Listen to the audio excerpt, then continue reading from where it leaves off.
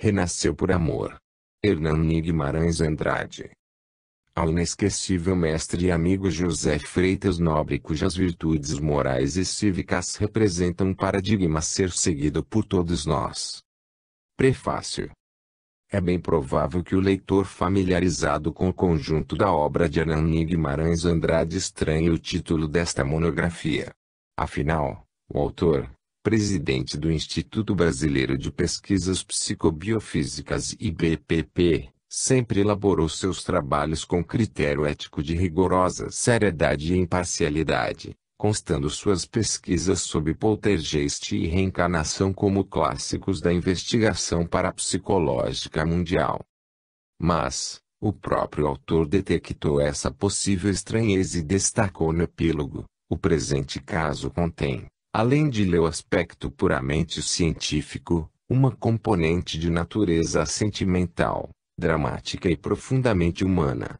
Nele estão envolvidas duas criaturas ligadas por fortes laços de mútua afeição. Uma vez evidenciada a realidade da reencarnação, pelo menos no caso que ora estudamos, parece-nos ressaltar, com inusitada clareza, a perenidade dos sentimentos que intervêm nas relações humanas. E mais adiante confessou: temos suficiente experiência no trato com o establishment científico, para calcular o risco que corremos, de invalidar o presente trabalho, ou de reduzir-lhe o valor de credibilidade, pelo simples fato de destacar-lhe este aspecto. Entretanto, acreditamos ser também justificável tratarmos deste particular, no presente caso.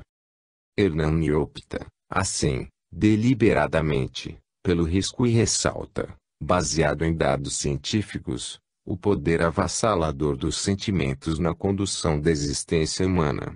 Nesse aspecto, cumpre a mesma missão do eminente físico e humanista, professor Fritjof Capra, autor das excelentes obras O Tal da Física e o Ponto de Mutação, uma vez que procura a complementariedade dos dois polos arquetípicos do taoísmo, o yin e o yang, o amor e a sabedoria, indispensável ao equilíbrio dos seres humanos. Para o autor, o rigor da técnica, da pesquisa criteriosa e objetiva não exclui a ênfase ao valor dos sentimentos, principalmente porque estes intervêm, de forma perene, nas relações humanas. Esse caminho deliberadamente assumido e o conteúdo deste livro contribuem para a mudança do paradigma mecanicista reducionista da ciência, até o momento inalterado, sobretudo, na maior parte dos redutos acadêmicos. Em especial, gostaríamos de ressaltar a importante contribuição que as pesquisas sobre reencarnação têm a dar à psicanálise. Sem o reconhecimento de que o homem nasce, renasce e progride sem cessar, cumprindo uma lei biológica natural, as teorias de Freud e de seus continuadores não conseguirão avançar, ampliando o seu raio de ação em auxílio à mente humana.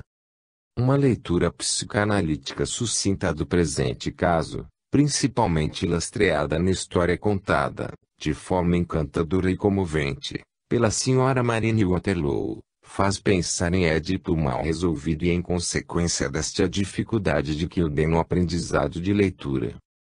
Por que Kilden e Alexandre e não Kildare têm diferenças e desajustes com o pai?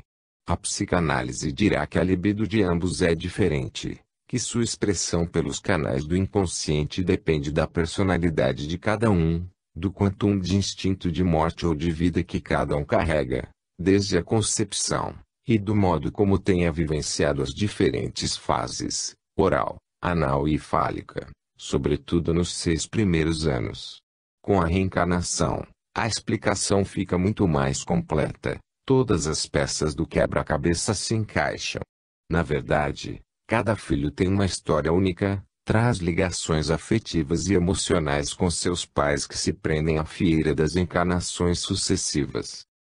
Ficou claro também, pela narrativa, a dificuldade expressa pelo Sr. Marcinho, o marido de Demarine, em aceitar o padre Jonathan e a recíproca, de certo modo, era verdadeira. O sentimento de antipatia volta a ser vivido, envolvendo Marcinho Kilden. Tudo indica que uma das finalidades desta encarnação, para ambos, é a busca do perdão recíproco.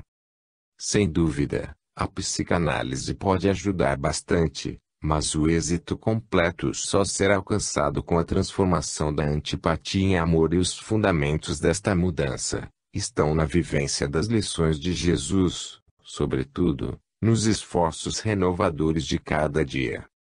Por isso, fazem tanto sucesso as técnicas de desvinculação afetiva egoística propostas pelo Espiritismo em sua vasta bibliografia. Mas há outro aspecto importante detectado por esta pesquisa: a presença de fobias vinculadas a ocorrências de outras existências. Em outra obra notável de sua autoria, Reencarnação no Brasil, Hernani já se referira a esse achado, especialmente no caso Jaci e Ronaldo. O jovem Ronaldo, de 28 anos, suicidou-se por envenenamento, utilizando formicida dissolvido em guaraná. Quando reencarnou, como Jacira, sentia forte aversão por líquidos de cor vermelha ou similar. Na presente monografia, ele lembra que as fobias podem ocorrer em relação a objetos, cores, alimentos, cenas, animais, palavras, inclusive nomes, como observado em um dos episódios do caso Jonathan e Kilden. A casuística do Instituto Nacional de Terapia de Vivências Passadas INTVP, dirigido pela doutora Maria Júlia de Moraes Prieto Pérez, em São Paulo, e cuja técnica psicoterápica tem por base a reencarnação, também tem interessantes subsídios a oferecer, ligando fobias da existência atual a acontecimentos traumáticos de vidas anteriores. O Dr. Ian Stevenson teve oportunidade de constatar a mesma incidência de fobias em crianças que se lembravam de vidas anteriores. Should you remember previous lives? The University Press of Virginia, EUA, 1987, página 220. Ele pesquisou cerca de 2.000 pessoas, 23 delas haviam se matado na vida anterior. Destas, 4 o fizeram acidentalmente, 2 suicidaram-se para não serem capturadas pela polícia e as outras 17, por motivos sociais. Além de constatar que esses suicidas não ficaram no inferno por séculos afora, o Dr. Stevenson observou que muitas pessoas deste grupo tinham fobias ao instrumento do suicídio, tais como armas ou veneno. No mesmo livro, ele dedica o capítulo 9 ao estudo das fobias da infância e da primeira infância, e comenta as dificuldades que os psiquiatras infantis e os pais têm de explicar alguns desses casos, aqueles que não derivam de nenhum trauma conhecido, nem aparecem como imitação de um medo similar existente em um membro da família. Dr. Stevenson lembra que alguns psiquiatras atribuem as fobias inexplicáveis a um deslocamento simbólico do medo que uma pessoa tem de outra para um animal ou objeto, seguem a mesma linha de Freud, que havia interpretado a fobia do pequeno Hans, por cavalos, como um terror de seu próprio pai. Mas o psiquiatra e pesquisador da reencarnação está convencido, baseado em umas pesquisas, que muitas das fobias não podem ser explicadas se confinarmos a causa delas unicamente à vida presente. Como vemos, pesquisadores criteriosos da reencarnação, como Ian Stevenson e Hernani Guimarães Andrade, têm enorme contribuição a dar para a mudança do paradigma materialista em que a ciência se fundamenta. Afinal, o organismo humano é um sistema vivo comandado por um espírito, cujos componentes estão todos interligados e interdependentes, faz parte integrante de sistemas maiores, estando em interação contínua com os ambientes físico e social, e também com o mundo espiritual, sendo constantemente afetado por eles e podendo, por sua vez, agir sobre eles e modificá-los. Carl Gustav Jung foi, talvez, o primeiro a compreender a psicologia clássica dentro desses conceitos mais amplos. Em Ion ele previu que a física nuclear e a psicologia do inconsciente se aproximariam cada vez mais. Afirmou que a psique e a matéria existem no mesmo mundo, compartilhando das mesmas experiências, por isso, conclui que o acordo final entre conceitos físicos e psicológicos viria como consequência natural do desenvolvimento científico. A mente, para ele, promana de uma psique inconsciente que é mais antiga do que ela e continua funcionando juntamente com ela ou mesmo apesar dela. Jung distinguiu duas esferas na psique inconsciente, um inconsciente pessoal, pertencente ao indivíduo, e um inconsciente coletivo, extrato mais profundo da psique, comum a toda a humanidade. Para ele, a espiritualidade genuína é parte integrante da psique humana e manifesta-se em diferentes graus em cada indivíduo. Os casos que sugerem reencarnação estão a confirmar que a psique permanece viva, apesar da morte corporal. Nesta monografia isso é tão evidente que este meu pobre prefácio é perfeitamente dispensável. Só mesmo o bondoso autor poderia pensar que ele seria de alguma valia. Hernani Guimarães Andrade já teve oportunidade de afirmar, Folha Espírita, outubro/1991, que a concepção materialista acerca da nossa realidade subjacente está destruindo o homem e o planeta Terra. Precisamos mudar e a única saída é a busca do espiritualismo e dos temas correlatos. Aqui está um livro que trata do espírito, mais que isso, amor entre as almas. Sob a inspiração deste sentimento sublime povoam-se os céus e a terra. As criaturas buscam como abelhas procurando néctar na ânsia de encontrar a sua fonte inesgotável, Deus. São Paulo, primavera de 1994. Marlene Nobre. Agradecimentos. O autor declara-se profundamente grato às pessoas adiante nomeadas, cuja preciosa ajuda contribuiu decisivamente para a concretização desta obra. Ao Sr. Luiz Antônio Brasil pela grande colaboração e orientação a nós proporcionadas na obtenção dos dados e depoimentos, junto à família do paciente, em São João del Rei. A Profa. Suzuko Azizumi Doutora Maria das Graças de Souza, pelo inestimável auxílio no preparo e revisão dos originais deste livro.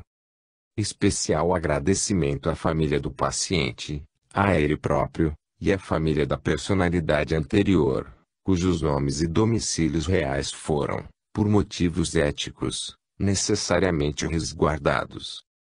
Finalmente, a nossa imensa gratidão à excelentíssima senhora doutora Marlene Rossi Severino Nobre, pelo magnífico prefácio que tanto abrilhantou este modesto trabalho. Bauru, primavera de 1994.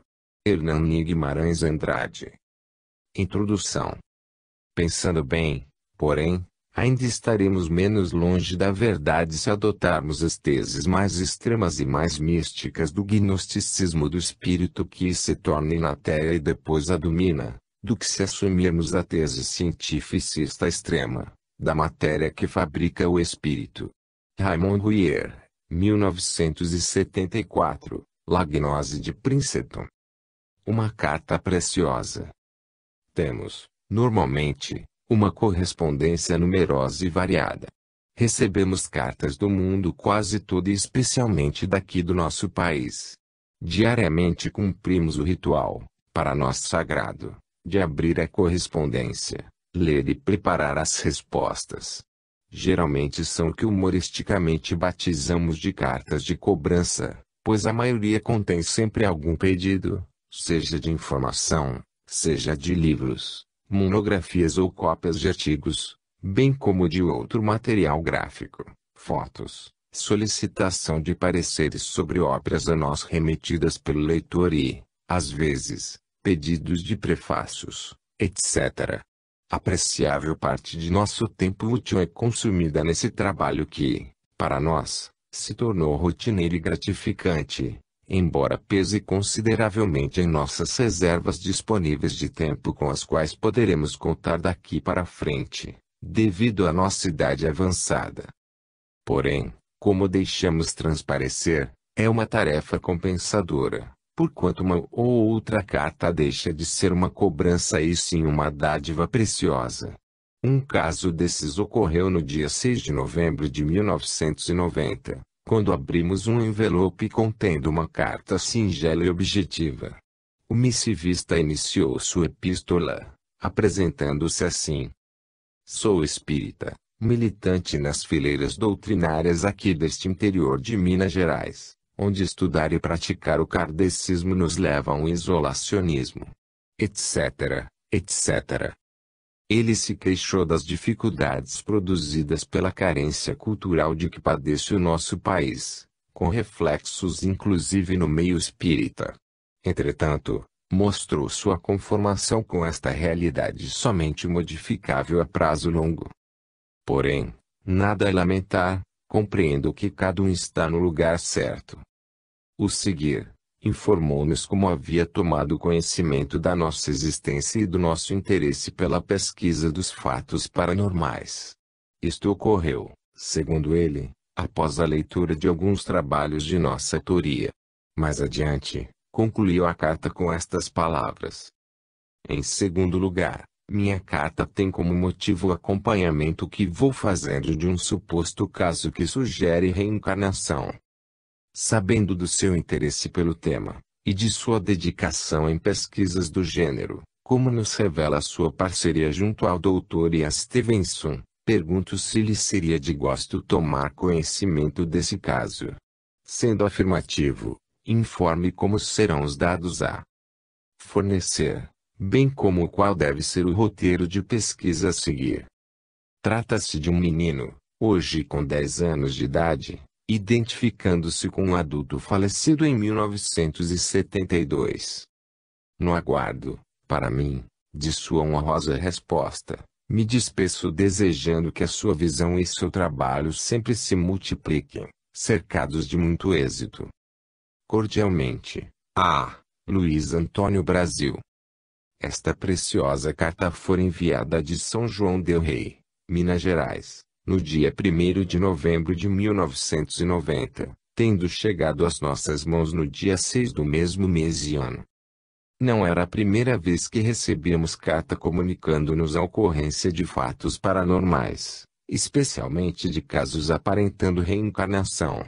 Geralmente, os comunicantes desses casos revelam grande entusiasmo e convicção, solicitando urgentemente instruções sobre como proceder para pesquisá-los adequadamente. Alguns querem até saber como publicar imediatamente os resultados obtidos. Outros prometem remeter os relatórios, tão logo recebam as instruções e levantem as provas e detalhes do caso. Ocorre que a investigação dos fatos paranormais espontâneos, como os de reencarnação, exige certa aptidão por parte do pesquisador, muita paciência e prévio conhecimento do assunto, adquirido com leituras e estudos mais profundos.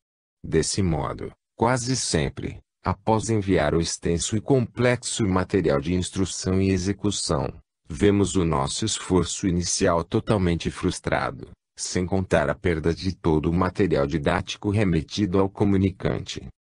Normalmente, o entusiasmo do investigador iniciante se arrefece quando ele percebe as minúcias e dificuldades que envolvem uma pesquisa de caráter rigorosamente científico, quando descobre que a investigação de qualquer caso paranormal não se fez da noite para o dia, mas implica um verdadeiro e demorado ritual, em que o relacionamento humano com os protagonistas exige carinho, paciência e até o amor, sem o que não se obtém dados preciosos e valiosos que enriquecem sobremaneira o conteúdo das evidências de apoio à veracidade dos fatos.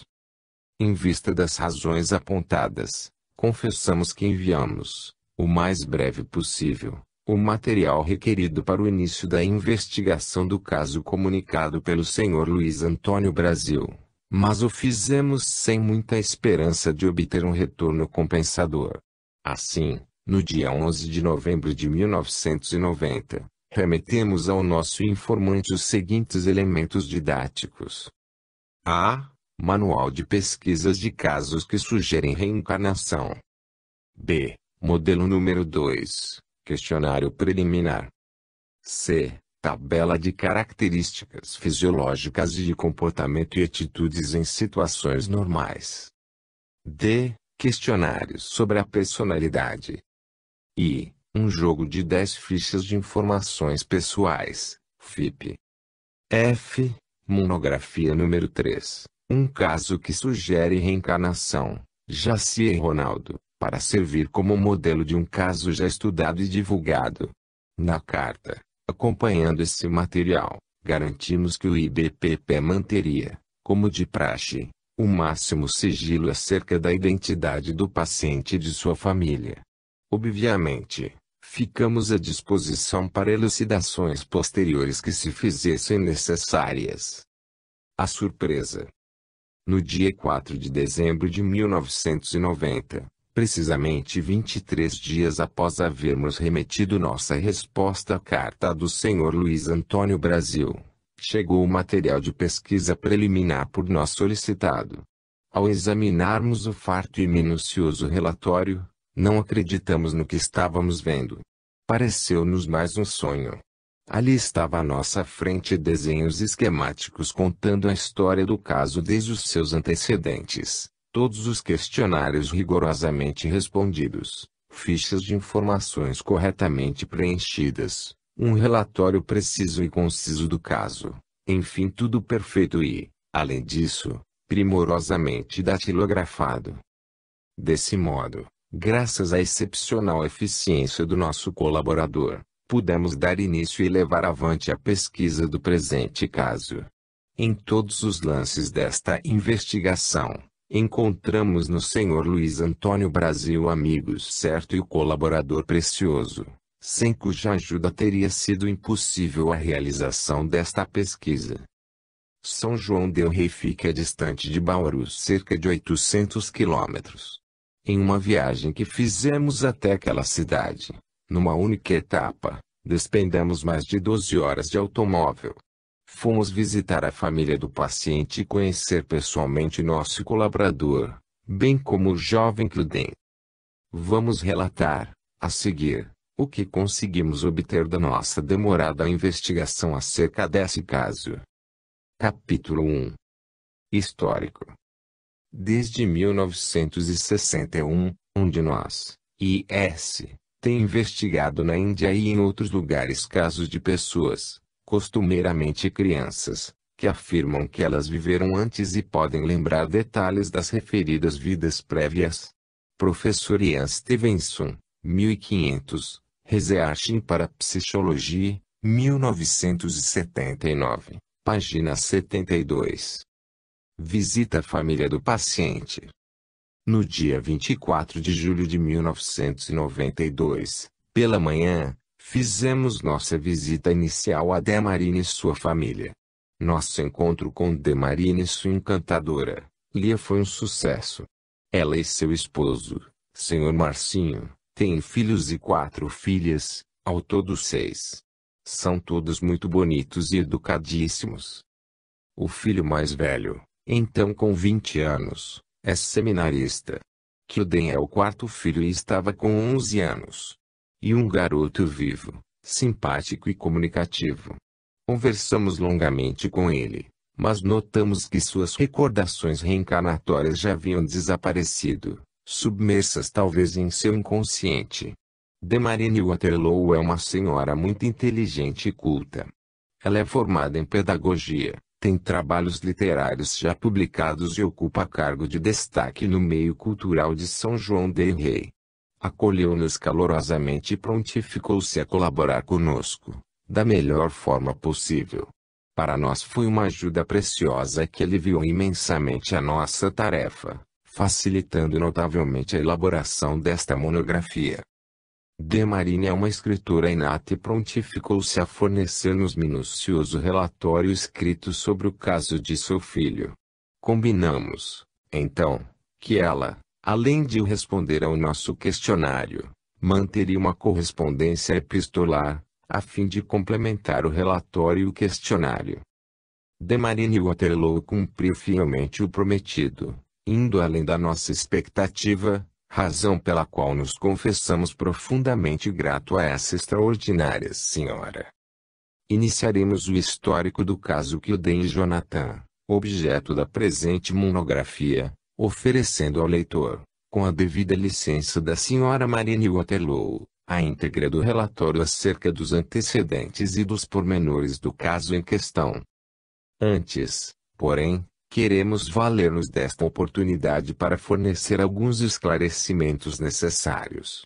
Desse modo, informamos que o Instituto Brasileiro de Pesquisas Psicobiofísicas IBPP tem por norma obedecer a princípios rigorosamente éticos, resguardando cuidadosamente a identidade de seus pacientes e das suas respectivas famílias. Por esse motivo, os nomes reais dos personagens e localidades relacionadas com o presente caso foram propositalmente trocados ou camuflados por meio de pseudônimos e siglas. Mesmo assim, qualquer semelhança que eventualmente possa sugerir identificação com algum lugar ou personagens conhecidos será resultado de mero acaso ou interpretação errônea. Outra ressalva, a nosso ver necessária, é a respeito da personalidade anterior.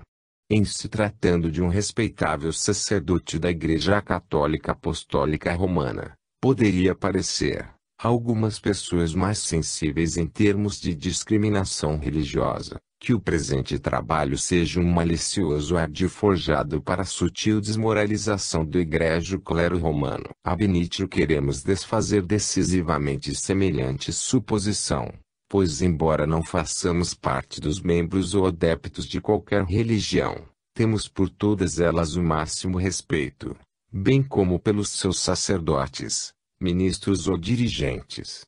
Se tivéssemos razões para combater qualquer credo religioso, nós o faríamos diretamente na arena da lógica e do conhecimento, dentro dos princípios éticos, e não subrepticiamente, através de expedientes maliciosos e subliminares.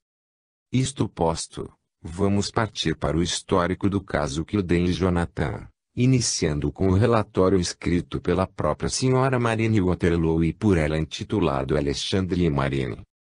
Relatório escrito por D. Marine Waterloo, Alexandre e Marine. Prolegômenos. A história narrada nestas páginas foi sendo anotada à medida que era vivida por seus protagonistas. É uma realidade que vivenciamos. É o conteúdo dos parênteses que a vida neste planeta constitui. Todos vivem seus conteúdos. Alguns são obras imensas que ficam nos atos, que somente o Pai anota em seus anais. Outros são humildemente anotados pelos peregrinos desta terra, como é o nosso caso. Estamos a caminho, no desenrolar da missão que assumimos, quando nos foi permitido entrar em novo corpo. Debatemo-nos, ora atolados nos pântanos imundos, fracos que somos. Ora, caminhamos, voltados para a luz, porque o nosso objetivo é a luz. Debatemo-nos entre momentos fugazes, de fugazes prazeres, e momentos introspectivos em que, no âmago de nós mesmos, encontramos a dor da pequenez que, também, se debate pela ânsia de grandeza, pela ânsia de infinito. Caímos aqui. Levantamo-nos acolá. E, assim, vamos. Quantas vezes, a angústia e a descrença pelo efêmero nos mostram que devemos erguer nossa cabeça, porque existe algo mais importante. Quantas vezes, o olhar do irmão que padece a seta que ainda nos falta para encontrarmos novamente a nossa estrada. O próprio desenrolar dos acontecimentos palpáveis é algo profundo que vem de nós mesmos, enquanto espíritos, e que nos mostram a realidade da reencarnação. Assim, foi necessário que vivêssemos momentos de angústias, em outra cidade, em 1968. Foi necessário que passássemos por dores que julgávamos acima das nossas forças. Foi necessário que Jonathan, nosso amigo, voltasse como Kilden Alexandre. Esperando que o Senhor da vida nos abençoe e nos dê forças, para que possamos caminhar rumo à perfeição espiritual, finalizaremos esta pequena introdução, mostrando a beleza deste soneto reencarnacionista, assinado por Renato Travassos, do livro de Clovis Ramos. O Transmigrante. Vim de outros mundos. Sinto a cada instante as sombras de uma vida já vivida bem longe, em outra parte, noutra vida sob um céu mais azul e mais distante. É de outros mundos, onde andei errante de que enfim, minha alma se intimida esta vaga lembrança indefinida e triste, persistente e torturante. E assim, nas horas de aflições atrozes estranhas coisas vejo em pensamento e escuto dentro de mim, soturnas vozes. De antigas vidas tenho amargas provas. E ainda pressinto, para meu tormento, que hei de viver milhões de vidas novas. Primeira parte. Após o segundo sinal, saímos do dormitório e descemos a escadaria rumo à capela. Era o início do ano letivo de 1968. Todas as alunas internas já se encontravam na escola normal, inclusive algumas novatas. À entrada da capela, nossa surpresa foi grande ao percebermos que o nosso capelão do ano anterior não estava aí. Em seu lugar, um padre bem moreno, de cabelos crespos, nos aguardava, sorridente. O espanto foi geral.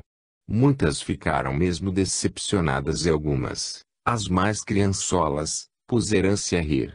Ele riu também e cumprimentou algumas dizendo seus nomes. É que muitas conterrâneas suas, ali se encontravam. Entramos e a Santa Missa teve início, num clima de insatisfação geral. E mais, ninguém cantou direito, ninguém rezou direito, exceto as irmãs. Depois da missa, todas fomos ao refeitório e tomamos café rapidamente, para iniciarmos nossas aulas, as primeiras aulas do ano. No refeitório, o assunto em pauta foi a troca de capelão. Muitas não se conformavam, porque adoravam o capelão do ano anterior. Outras, não toleravam o novo capelão, eram suas conterrâneas. Só mais tarde é que vinha saber de tal antipatia. O grupo das menores e as mais imaturas acharam o sacerdote fisicamente tão feio, que começaram a detestá-lo à primeira vista. Quanto a mim, achei desumana, infantil e ridícula a atitude das minhas colegas. Por que julgar pelas aparências as pessoas? Em que mudaria o rito sagrado, sendo o sacerdote fisicamente feio? E o que mais me impressionou foi o fato de moças do terceiro ano normal, quase professoras, filhas de famílias distintas e até parentes de freiras, se portarem tão mesquinhamente. Estávamos ainda no refeitório, naquele clima tão ausente de caridade, quando ali surgiu o novo capelão. O antigo nunca visitara nosso refeitório. A indignação das minhas colegas chegou ao auge. E todas resmungaram, riram baixinho e comentaram qualquer coisa entre dentes. Bom dia, bom dia. Como vai de Maria? Bom dia, umas 4 de nós apenas, responderam. Tantas meninas. Quantas vocês são? 96, respondeu a irmã assistente aproximando-se dele, pois havia notado a hostilidade das meninas. Conversaram um pouquinho, ele e a irmã, e depois disse, até logo. Estudem bastante. Sorriu e saiu. Todas ficaram caladas. O silêncio que se seguiu foi um desses silêncios pesados, impregnados de mal-estar, de consciência pesada, de clima desagradável. De repente, uma das minhas amigas de internato, a mais ousada, levantou-se e disse, que exagero, gente. O que fez o coitado do padre para ser tratado assim? Quase todas vaiaram. Podem vaiar, gritou minha amiga. Onde está a caridade de vocês? Que falta de maturidade. Nesse momento, soou o sinal para o início das aulas. Em silêncio, saímos do refeitório e seguimos para nossas classes. Iniciava o meu segundo ano normal. O entusiasmo, a vontade de vencer, a alegria de viver, a sede de conquistar a crista da intelectualidade faziam de mim uma menina muito responsável e compenetrada. Nossa primeira aula foi de português. A mesma professora do ano passado, irmã Antônia, entrou sorrindo, vermelhinha, como sempre, e deu-nos as boas-vindas. Conversamos um pouco. Logo que o silêncio voltou a reinar, irmã Antônia perguntou, alguém aí se lembra de um ditado que eu disse a vocês, várias vezes, durante o ano passado?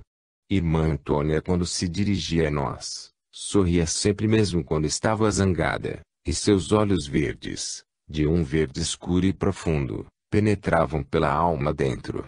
Levantei a mão. Diga, Marine.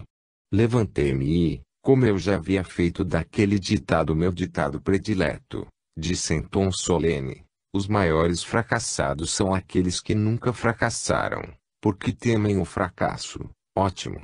Não vamos nos esquecer, minha gente. Durante a aula, Edilene, minha colega de internato, deixou-me curiosa, dizendo que tinha uma revelação a fazer, mas que só o faria em época oportuna.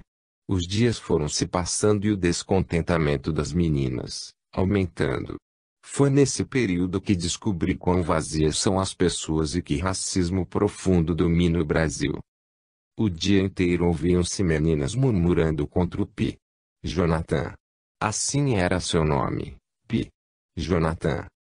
A mim, todavia, era indiferente essa história de querer mais a um que outro. Nunca havia eu conversado com o capelão do ano anterior, Pi. Jodi. As internas que estavam sempre próximos a ele, eram as mesmas 4 menininhos magnatas da escola normal. Meninas de início de curso ginasial antigo.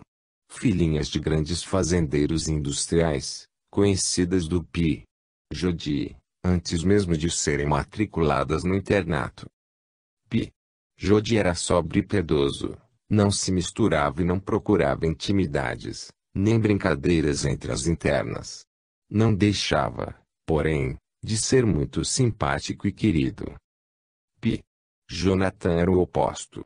Desde o primeiro dia, atirou-se para o meio das meninas e brincava com todas, fingindo não perceber seus risos debochados e suas antipatias sem fundamentos. Durante as missas, que eram celebradas diariamente, às 6h30 da manhã, vários cochichos e olhares podiam ser notados entre minhas colegas de internato. Era um clima estranho e desagradável. As missas celebradas pelo Pi. Jonathan estavam se assemelhando mais a comédias de circo, tal a falta de respeito reinante. Chegamos, minha colega Goreti e eu, a pensar que as irmãs fossem tomar qualquer providência no sentido de trocar de capelão da escola. Nada, porém, aconteceu.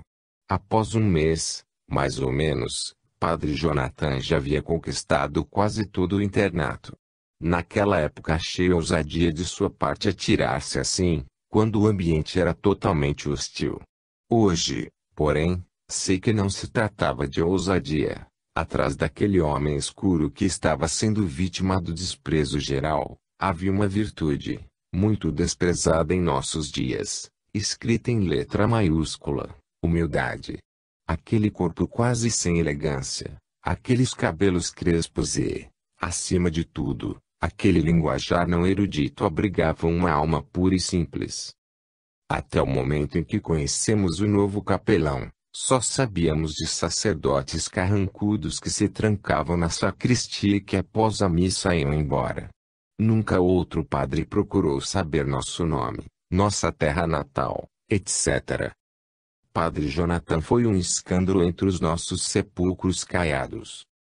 Certa vez, durante o recreio do almoço, irmã Nivalda passou por mim e disse-me: tenho notado algo que me deixa muito triste, Marine. O que, irmã Nivalda? Perguntei-lhe, muito assustada, pois estava encostada a uma pilastra do corredor, simulando assistir a uma partida de vôlei. Venha cá, Marine. E continuou andando rumo à sala de música. Que está acontecendo? Durante o ano passado até a madre inspetora veio ao recreio das internas jogar moda de pingo e pong com você. Pensa que não sei? Você era entusiasmada, alegre, brilhante. E agora, Marine? Só a vejo pelos cantos, olhando de longe. Não participa mais. Por quê, Marine? O que está se passando? Algo brusco deve ter acontecido. Pode ter confiança em mim. Ou, pelo menos, procure uma pessoa de sua confiança e tente a se abrir. Havíamos chegado à sala de música. Irmã Nivalda olhava-me fixo e profundamente nos olhos, tentando descobrir o segredo de minha alma. Não, irmã Nivalda, não tenho nada. Apenas saudades dos meus pais e irmãos. Você sabe que não acredito. Saudades dos seus. Você sempre teve e nunca ficou abatida. No mundo da lua. E apenas um tédio passageiro. Acho que é, irmã Nivalda. Nem eu mesma sabia o que estava se passando comigo. E até aquele momento em que irmã Nivalda notara meu estranho comportamento, eu não o havia percebido. Reze, filha, e volte a ser a Marine do ano passado, disse irmã Nivalda e entrou para a sala de música. Voltei, de cabeça baixa, passando, sem perceber, por entre as internas que brincavam animadamente. Quando cheguei ao fim do galpão, notas de piano apunhalavam minha alma. Era Lilac de Como. Irmã, nossa assistente, incumbiu-me de tomar conta da biblioteca, durante o tempo em que a irmã bibliotecária estivesse em outras ocupações. Durante o ano anterior, fui auxiliar na secretaria e, como houvesse agora nova secretária, fui dispensada, pois segundo a mesma, o serviço era pouco. Ajudei a organizar alguns trabalhos de início de ano e assumi parte dos serviços da biblioteca. Fiquei feliz, pois na biblioteca teria oportunidade para dedicar-me à leitura, que era meu forte, sempre foi meu forte. As janelas da biblioteca davam para um pátio triangular, adjacente à sala de música. No pátio, um abacateiro grande. Algumas outras árvores de pequeno porte, que se apagaram de minha memória. O que, todavia, insisti em gritar dentro d'alma é um triste bem-te-vi, que a tarde toda chorava, tornando-se para mim um tormento. A porta saía para o pórtico principal, próximo à portaria. A nostalgia, a angústia e um amargo sentimento de solidão apoderavam-se de mim, pouco a pouco. E só mesmo a leitura de escritores, que menina alguma de minha idade teria, é que me fazia esquecer aquele momento interior tão estranho assolando um mundo tão feliz e tão meu. Depois de orientar uma jovem do externato que fora fazer pesquisa, voltei-me à leitura de Cronin. Bastante concentrada em uma das suas descrições, tive um sobressalto que me levou a sentir dor de cabeça, quando ouvi a voz do Pi. Jonathan, do lado de fora da biblioteca. A que horas começarão as confissões? Amanhã. Ouvi Pi. Jonathan perguntando a alguém. Às 15 horas, respondeu uma voz, que reconheci ser da irmã Alice. Só para as internas, amanhã? Tornou o padre. Sim, senhor. Só para as internas. Comecei a tremer, sem motivo. Aquele assunto deixou-me perturbada. Fechei o livro de Cronin e pus-me de pé. Minha cabeça doía. As mãos tremiam e o coração batia disparado. Apoiei-me à mesa e, pela primeira vez na vida, senti-me partícipe do amargo drama da existência. Sofrer já havia eu sofrido muito, porém, algo da alma, algo dramático, só nesse momento estava profundamente acontecendo a mim, Marine, aluna do segundo ano normal, pobre e longe da família. Mas, o que estava realmente acontecendo? Perguntei-me. Nada, respondi. Era ótima aluna, querida entre colegas e mestras, ponderada e vertical observadora dos regulamentos do colégio. Seria masoquismo sofrer, até mesmo sem saber o motivo. A menina externa que pesquisava a um canto, entregou-me o livro e saiu. A bibliotecária entrou ligeira e cheirando a sabonete. Sentou-se, colocou os óculos e dispensou-me. Assim que saí da biblioteca, soou o sinal para terminar o período de estudos e iniciar a reza do terço. Quando subi, levando meus objetos ao salão de estudos, as internas já desciam, em grupinhos, de acordo com amizades e preferências. O nosso terço era rezado, diariamente, às 17 horas. Em seguida, o jantar e depois, o recreio. Quando cheguei à capela, as meninas já se encontravam lá, ajoelhadas, esperando que a irmã desse início à reza do Santo Terço.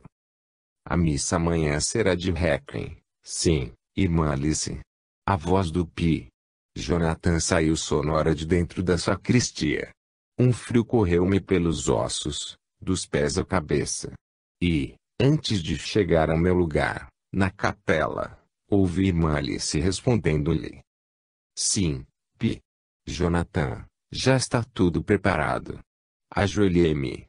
Um último triste clarão do sol projetava-se nos vitrais multicores da capela. Os lírios do altar lembravam-me pureza e seu odor acariciava minha alma. Virgem Santa, rezei em silêncio, não me abandone, nunca. Cada pessoa é um mistério e eu sou tão complicada. Dê-me coragem para enfrentar a mim mesma. Lágrimas silentes desceram-me pela face e pingaram no chão frio entre os bancos. Não sabia o que estava se passando, mas sentia-me cada vez mais desamparada e sem objetivo. O terço terminou rapidamente, porém não rezei uma Ave Maria sequer. Ao sairmos da capela, deparamo-nos com o capelão, de braços cruzados, do lado de fora da sacristia.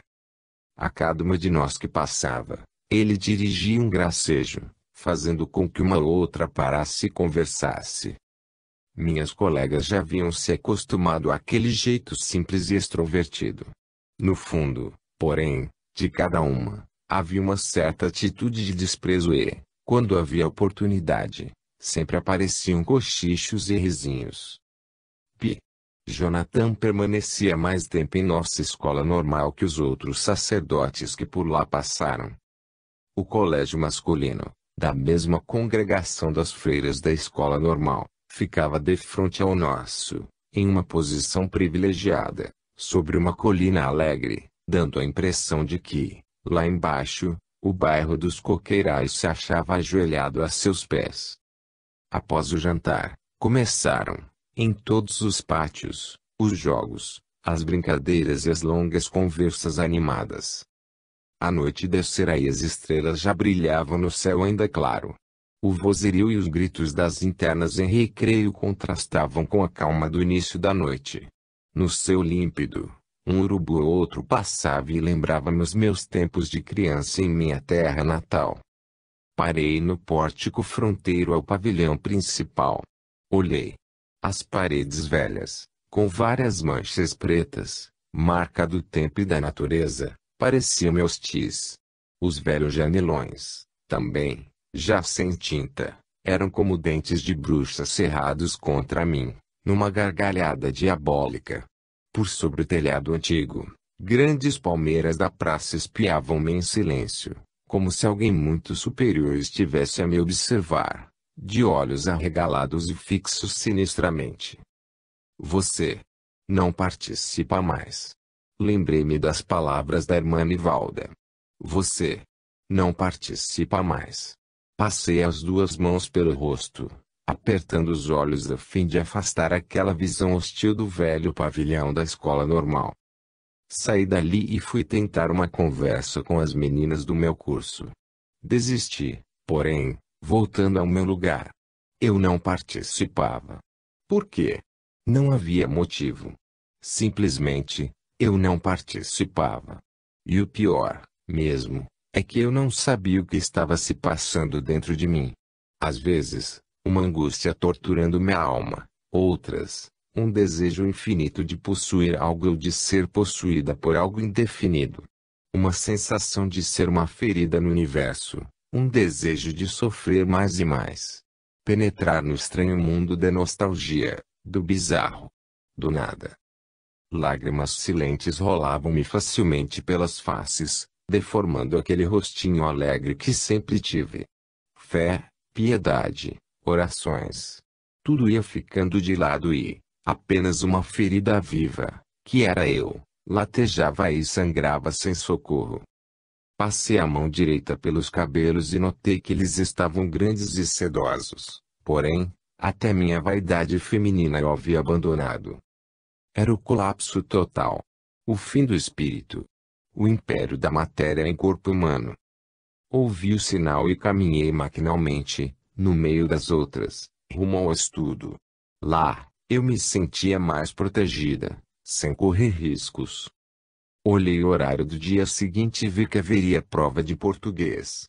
Um clarão de felicidade passou-me pelo interior. Aquela chama que era o desejo de estudar e de ser alguém com a letra maiúscula não havia se extinguido. Não. Jamais essa chama se apagaria. Mesmo que isso me custasse os maiores e mais absurdos sofrimentos. Ao abrir o livro de português, deparei-me com um papelzinho escrito a lápis. Li. No primeiro plano de nossas vidas, existe, muitas vezes, uma árvore que esconde a floresta aos nossos olhos. De Michel Coist. Li novamente, tentando analisar as palavras do grande M. Coist, de acordo com tudo o que estava se passando em mim. Haveria algo pior? A angústia seria a árvore em primeiro plano. E a floresta? Que seria a floresta no grande terreno da minha alma? A floresta. Pensei. A floresta só o tempo poderá revelar. Senti-me muito bem na prova de português. Estava contente. Irmã Antônia era ótima professora e excelente educadora. Notava-se seu espírito evangelizador, mesmo durante as aulas de gramática e literatura. Ela exigia que entendêssemos que nossa formação deveria ser completa. A cultura, a informação e a inteligência de nada valem, se não houver uma mudança de comportamento, sempre para o melhor.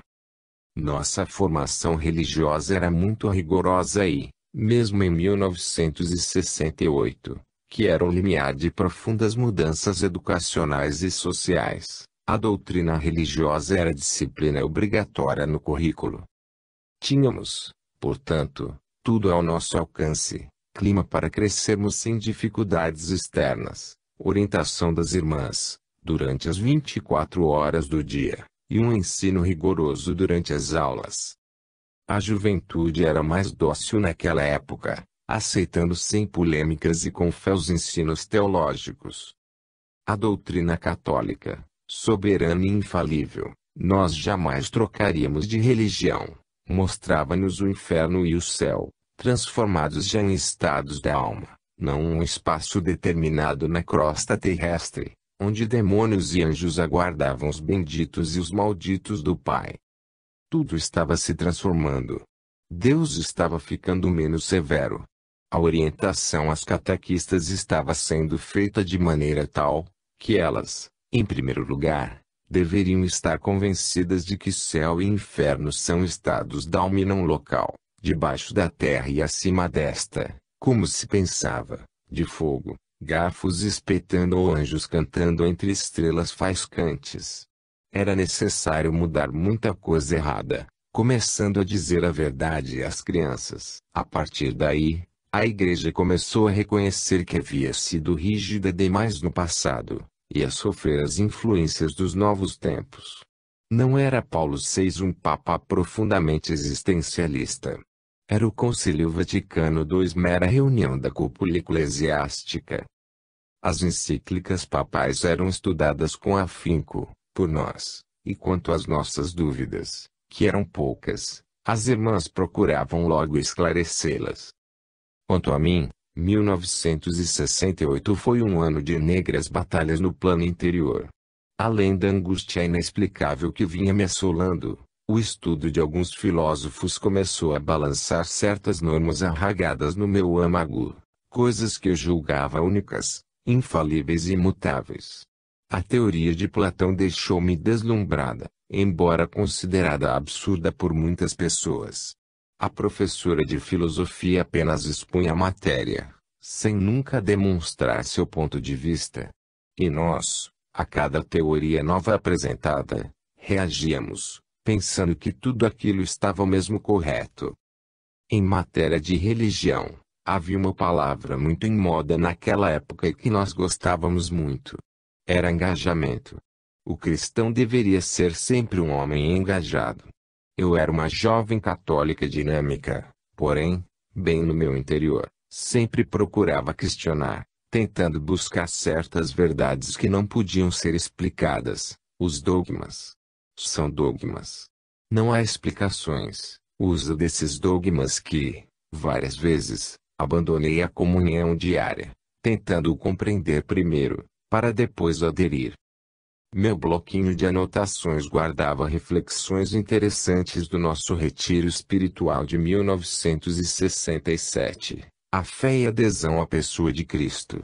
Portanto, a Igreja. Naquela época, mesmo em meio a dúvidas, a gente passava por cima, pois a fé verdadeira era acreditar cegamente. Era acreditar sem interrogações, tal qual a Igreja propõe. A fé e adesão à pessoa do Cristo. Afirmação correta. Se você não acredita, não pode aderir. Aderir à Igreja não era coisa difícil. A juvenil acreditava e pronto. Hoje, há mais questionamento. Pessoas modernas preferem uma fé racional. Preferem estudar, pesquisar e evoluir, sabendo que acreditam porque entendem. Aderem, porque entendem e acreditam. A luz não está mais sob o alqueire. Às 13 horas foi escrito um aviso no quadro do estudo. Hoje haverá confissões a partir das 15 horas. Li o aviso. Sentei-me e fiquei perplexa.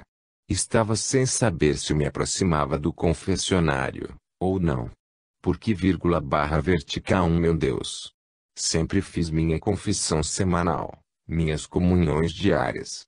Por que tão brusca a mudança? Irmã Ita, vou para a biblioteca, pois a bibliotecária deixou as chaves comigo, disse-lhe eu, quase feliz, por saber que não sobraria tempo para me confessar. Ah, sim, Marine. Então desça que hoje haverá muito trabalho por lá. Peguei meus cadernos e desci. Muitas alunas externas e internas aguardavam-me à porta da biblioteca. Assim que abri, entraram procurando logo os primeiros lugares. Eram quase todas do curso ginasial. Logo que todas foram atendidas e se encontravam já fazendo suas consultas, sentei-me e comecei meu trabalho de didática, sem interrupção. Às 14h30, uma voz soou à entrada do pátio. Era o Pi. Jonathan chegando. Que silêncio! Parece que não mora aquela quantidade de meninas aqui, disse-lhe armando a portaria. É, sim, senhor. Elas estão no estudo. Ainda não desceram. Não, senhor. Vou avisar que o senhor já se encontra à espera, no confessionário. Mesmo que quisesse, eu não poderia me aproximar do sacramento da confissão. Estava só, com a responsabilidade da biblioteca. E isso causava-me uma certa felicidade, um certo alívio.